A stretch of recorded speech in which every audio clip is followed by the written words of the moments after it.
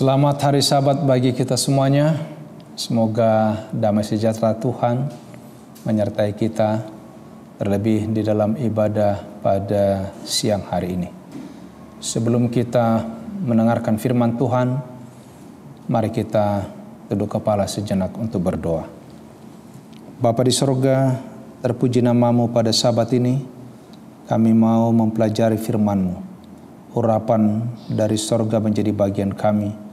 Terlebih hamba-Mu layakkan untuk membawakan firman-Mu pada siang hari ini. Di dalam nama Yesus kami berdoa dan mengucap syukur. Amin. Saudaraku yang kasih dalam Tuhan, adalah satu sukacita yang besar, adalah merupakan juga satu kebanggaan bila mana kita memiliki seorang teman, apalagi kalau itu adalah merupakan public figure, apakah itu adalah seorang yang mempunyai jabatan di pemerintahan, apakah dia seorang pengusaha, mungkin orang-orang terkenal di atas dunia ini yang memiliki nama baik. Kalau sempat mereka menjadi sahabat dekat kita, berkomunikasi dengan begitu baik kepada kita, wow, kita pasti merasa bangga. Saya yakin momen yang paling baik, foto yang paling indah, selain dengan orang-orang dekat kita di sekitar kita, adalah orang-orang yang memiliki jabatan, orang-orang public figure. Apalagi kalau kita bisa berfoto berdua, pasti senang kalau itu kita pampangkan. Apakah itu di Facebook kita, apakah itu di rumah kita, di album kita. Kenapa saudara? Karena terasa bahwa kita terangkat dengan kita memiliki seorang yang lebih hebat memanggil kita menjadi sahabat, menemani kita, bergaul dengan kita. Hari ini saya mau membawa pikiran kita, saudaraku, di dalam Yakobus 2 ayat 22 sampai 23. Kamu lihat bahwa iman bekerja bersama-sama dengan perbuatan-perbuatan, dan oleh perbuatan itu iman menjadi sempurna. Dengan jalan demikian genaplah nas yang mengatakan, lalu percayalah Abraham kepada Allah, maka Allah memperhitungkan hal itu kepadanya sebagai kebenaran. Karena itu Abraham disebut sahabat Allah. Wah, luar biasa saudaraku. Siapakah Allah? Kita tahu Allah adalah pencipta. Allah adalah pemilik segala sesuatu, baik dunia ini maupun di sorga. Namun, oknum yang sedemikian luar biasa dapat menyebut Abraham sebagai sahabatnya. Saudaraku, kata persahabatan menurut Yesus dalam Yohanes 15 ayat 12 sampai 13. Inilah perintahku, supaya kamu saling mengasihi seperti aku telah mengasihi kamu. Tidak ada kasih yang lebih besar daripada kasih seorang yang memberikan nyawanya untuk sahabat-sahabatnya. Saudaraku yang kasih dalam Tuhan, dalam persahabatan di sana ada kasih pengorbanan. Yohanes 14 ayat 15, jikalau kamu mengasihi aku, kamu akan menuruti segala perintahku. Pada waktu kita mengatakan kita mengasihi Allah, mengasihi Tuhan, dan Dia akan menyebut kita seorang sahabatnya, kita akan menjadi penurut perintah. Sebab inilah kasih kepada Allah, kita menurut perintah-perintahnya, dan perintah-perintahnya itu tidak berat. 1 Yohanes 5 ayat 3. Jadi saudaraku yang kasih dalam Tuhan, bila mana kita mau dipanggil oleh Allah sebagai sahabat, sama seperti Abraham dipanggil oleh Allah sebagai sahabat, yaitu adanya penurutan kepada firman. Yang kedua, bukan sekadar penurutan. Yohanes 15 ayat 14 katakan, kamu adalah sahabatku jikalau kamu berbuat apa yang kuperintahkan kepadamu. Saudara-saudara yang kasih, ini adalah satu hal yang penting. Bagaimana supaya orang bisa melihat, oh ini sahabat Allah dia. Oh ini adalah teman dari Yesus Kristus. Bila mana kita berbuat apa yang diperintahkan oleh Tuhan. Menjadi sahabat Allah adalah mempunyai pengetahuan tentang kebenaran Allah. Di dalam Yohanes 15 ayat 15. Aku tidak menyebut kamu lagi hamba, sebab hamba tidak tahu apa yang diperbuat oleh tuannya. Tapi aku menyebut kamu sahabat, karena aku telah memberitahukan kepadamu segala sesuatu yang telah kudengar dari Bapakku.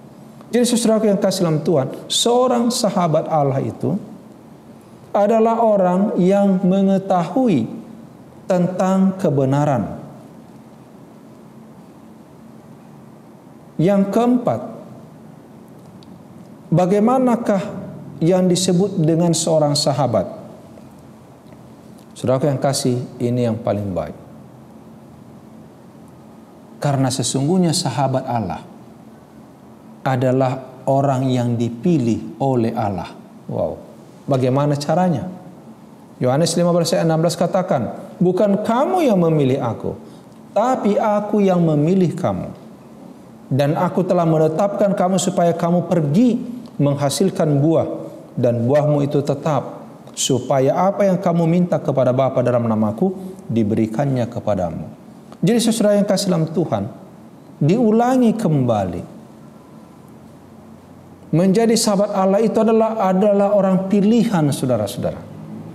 Allah yang memilih, tetapi bagaimana boleh dilihat oleh orang lain bahwa kita ini adalah sahabat Allah?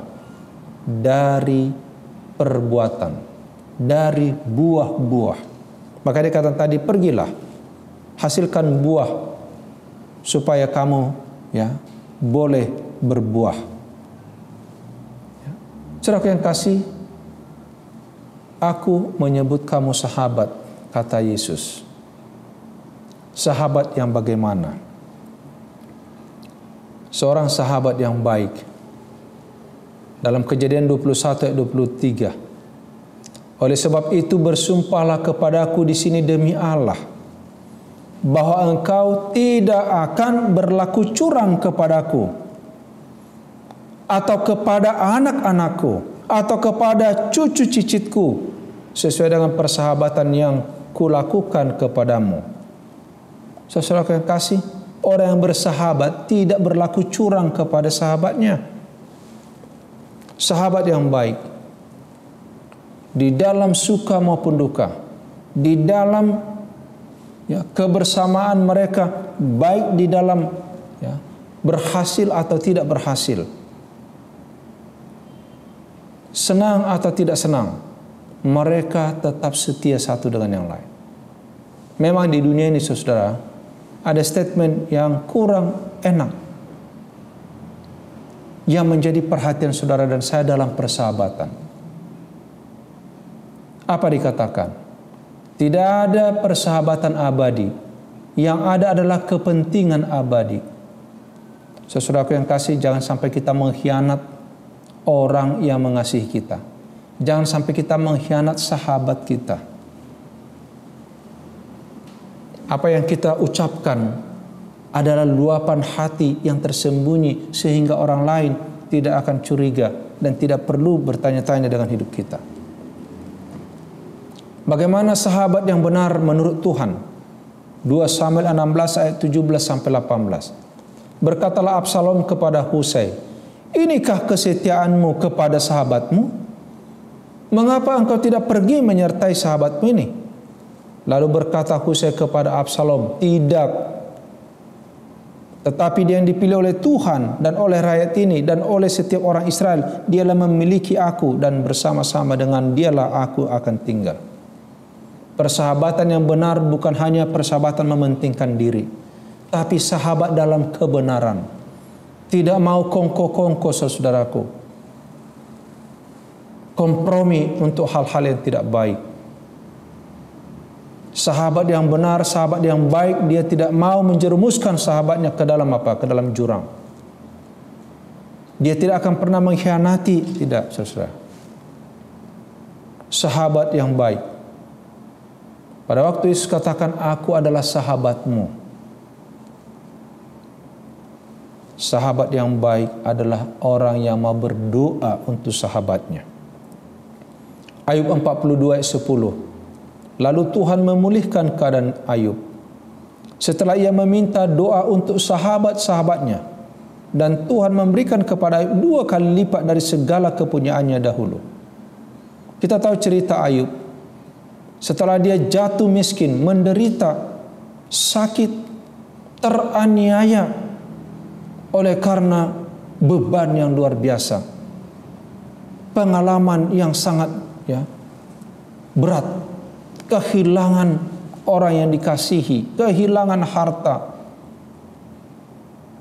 Bahkan sahabat yang paling dekat pun mulai mempersalahkan. Tapi apa yang dilakukan oleh Ayub? Dia mendoakan sahabat-sahabatnya. Saudara-saudaraku yang kasih dalam Tuhan, saya amati, boleh jadi mungkin di gereja kita ini terjadi. Tadinya teman kompak. Di sekolah, di pekerjaan, teman kompak. Saya sudah banyak lihat. Tapi berapa banyak yang bertahan di akhir. Bahkan sangat menyakitkan perpisahan mereka oleh karena apa? Saling menyakiti, saling memfitnah satu dengan yang lain. Sahabat yang baik justru berdoa untuk sahabatnya, sehebat apapun mereka telah memperlakukan dia. Amsal 16 ayat 28, orang yang curang menimbulkan pertengkaran, dan seorang penfitnah menceraikan sahabat karib. Ayat yang Amsal 17 ayat 9, siapa menutupi pelanggaran belajar kasih, tapi siapa membangkitkan perkara menceraikan sahabat yang karib. Jadi sahabat itu adalah seorang yang menutupi pelanggaran. Sahabat itu adalah seorang yang tidak mau memfitnah sahabatnya. Itulah sahabat yang benar. Sahabat yang setia setiap saat. Amsal 17 ayat 17, seorang sahabat menaruh belas kasihan setiap waktu. Bahkan dikatakan menjadi seorang saudara dalam kesukaran. Berapa banyak orang saudaraku pada waktu memiliki, pada waktu punya, pada waktu kaya, pada waktu mampu, begitu banyak orang yang datang mengaku sebagai sahabat. Tetapi di saat dia terpuruk, berapa banyak orang yang datang kepadanya mengaku dia sebagai sahabat. Saudara yang kasih, bahkan lebih parah, ada teman yang mendatangkan kecelakaan, tetapi ada juga sahabat lebih karib daripada seorang saudara. Di mana posisi saudara, posisi saya? Saya harap biarlah kita menjadi sahabat yang karib dengan orang yang kita kenal. Amsal 22 ayat 11 firman Tuhan katakan, orang yang mencintai kesucian hati itu adalah sahabat yang baik, yang manis bicaranya, menjadi sahabat raja. Saudara-saudara yang kasih, mari kita jaga hati kita, menjaga sopan santun. Ini sahabat yang benar, sahabat yang baik, orang yang menjaga tata krama, sopan santun, beretika dalam persahabatan. Lukas 14 ayat 10, tetapi apabila engkau diundang, pergilah duduk di tempat paling rendah. Mungkin tuan rumah akan datang dan berkata kepadamu, sahabat, silakan duduk di depan. Dan dengan demikian engkau akan menerima hormat di depan mata semua tamu yang hadir, semua tamu yang lain. Oh, luar biasa, saudara. Seorang sahabat itu memiliki tata krama. Bukan karena, oh saya sahabat dia, ya, terus dia melakukan segala sesuatu tindakan tidak beretika. Orang yang benar-benar menjadi sahabat, dia jaga nama baik sahabatnya, dia jaga perasaan sahabatnya, dia jaga bagaimana supaya sahabatnya itu di mata orang lain tetap berharga. Saudara yang kasih, bahkan dikatakan tadi, kalau kita pun datang di tempat dia mengadakan apa? Mengadakan pesta atau undangan, jangan karena sahabat kita dia terus seolah-olah kita mau tunjulkan diri ke depan, tidak. Mau duduk langsung di sampingnya, tidak. Apa dikatakan? Apabila engkau diundang pergi duduk di tempat paling rendah, mungkin tuan rumah akan datang dan berkata kepadamu, sahabat, silakan duduk di depan. Dengan demikian engkau akan menerima hormat di depan mata semua tamu yang lain. Saudara-saudaraku yang kasih dalam Tuhan, persahabatan yang baik memiliki komunikasi yang baik. Amos 3:3, berjalankah dua orang bersama-sama jika mereka belum berjanji? Biasakan dalam persahabatan itu di dalam rumah, di gereja, dalam pekerjaan di kantor dan sebagainya, komunikasikan dengan baik. Jangan karena kita rasa dia sahabat saya, oh saya suka hati, tidak, saudara. Perlu sepakat, bersatu dan maju. Sahabat yang baik adalah orang yang saling tolong menolong. Galatia 6 ayat 2, bertolong-tolonganlah kamu menanggung bebanmu, dengan demikian kamu memenuhi hukum Kristus. Menjadi kesimpulan pada siang Sabat ini, Yesus berkata, aku menyebut kamu sahabatku. Untuk apa, saudara? Bila mana kita bekerja sama dengan perbuatan-perbuatan iman yang bekerja sama dengan perbuatan. Itu tadi yang ada di dalam apa? Di dalam ayat inti kita. Dengan jalan demikian genaplah nas yang mengatakan, lalu percayalah Abraham kepada Allah, maka Allah memperhitungkan hal itu kepadanya sebagai kebenaran. Karena itu Abraham disebut sahabat Allah. Saudaraku, mari kita mengalahkan ambisi kita, mengalahkan sifat yang hanya mau menang sendiri. Persahabatan rusak kalau seperti ini. Yang hanya mementingkan diri sendiri. Ayub 16 ayat 20, sekalipun aku dicomokkan oleh sahabat-sahabatku, namun ke arah Allah mataku menengadah sambil menangis. Saudara yang kasih dalam Tuhan, jangan biarkan hubungan kita dengan Allah, hubungan kita dengan sesama hilang. Oleh karena apa? Karena kita lupa kepada janji persahabatan. Apa itu tadi janji persahabatan?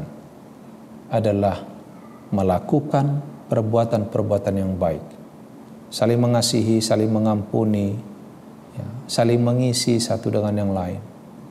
Dan kepada Tuhan apa yang kita lakukan? Menuruti segala firman-Nya, berbuat apa yang Dia perintahkan. Saudaraku yang kasih dalam Tuhan, ya, ingat apa yang disampaikan oleh Allah kepada Kain setelah dia membunuh adiknya. Firman Tuhan kepada Kain, mengapa hatimu panas? Mengapa hatimu muram? Mukamu muram? Apakah mukamu tidak berseri jika engkau berbuat baik? Tapi jika engkau tidak berbuat baik, dosa sudah mengintip di depanmu. Ia sangat menggoda engkau, tapi engkau harus berkuasa atasnya. Oleh sebab itu, mari kita bangun persahabatan dengan Tuhan. Karena Tuhan sendiri rindu memanggil saudara dengan saya sebagai sahabatnya. Dengan cara iman bekerja sama dengan perbuatan. Saudaraku, sambutlah firman ini dengan sukacita, sehingga tidak ada lagi perselisihan. Yang ada di antara kita dengan Tuhan adalah apa? Damai sejahtera. Bila engkau merasa susah, berbeban berat dan penat, pandanglah pada Yesus yang dipaku dan dimahkotai dengan duri. Yesus segera datang membawa mahkota kehidupan, mahkota kemenangan. Oleh sebab itu bertobatlah, karena kerajaan Allah sudah dekat. Dan Yesus akan berkata kepadamu, masuklah hai hamba yang setia. Masuklah hai sahabatku. Kiranya ini menjadi satu renungan yang indah bagi kita. Karena Yesus sendiri berkata, kamu adalah sahabatku. Tuhan kiranya memberkati kita saudara. Mari kita bersatu di dalam doa. Bapa di sorga, kami puji Tuhan pada saat ini. Terima kasih karena ada satu sosok yang luar biasa yang sesungguhnya kami tidak layak untuk menjadi sahabatnya, yang sesungguhnya kami tidak mampu. Kami bukan siapa-siapa, kami hanya manusia berdosa yang akan binasa, tetapi Tuhan luar biasa. Tuhan sudah mengangkat kami menjadi sahabat. Bila mana kami ya Bapa menuruti firman-Mu, pergi dan berbuah dan saling mengasihi dengan satu dengan yang lain. Oleh sebab itu urapi kami dengan kuasa-Mu Bapa, agar kami mampu melakukan firman-Mu ini. Terima kasih Tuhan, walaupun kami manusia berdosa, Engkau rindu memanggil kami sahabat. Jadilah kehendak-Mu dalam hidup kami, agar kami bila mana Yesus datang dari sorga, kami semua akan menatap dalam kemuliaan dan persahabatan abadi sampai selama-lamanya. Kami akan nikmati di dalam sorga dan di dunia baru. Tuhan, berkati kami sekarang ini. Angkat tangan-Mu yang tidak kelihatan. Tuhan memberkati Engkau dan melindungi Engkau. Tuhan menyinari Engkau dengan wajah-Nya dan memberikan Engkau kasih karunia. Tuhan menghadapkan wajah-Nya kepadamu dan memberi engkau damai sejahtera. Kiranya kasih karunia Tuhan Yesus, kasih Allah Bapa, persekutuan Roh Kudus memberkati kami dari hari ini sampai Maranatha. Di dalam nama Yesus kami sambut berkat-Mu. Amin.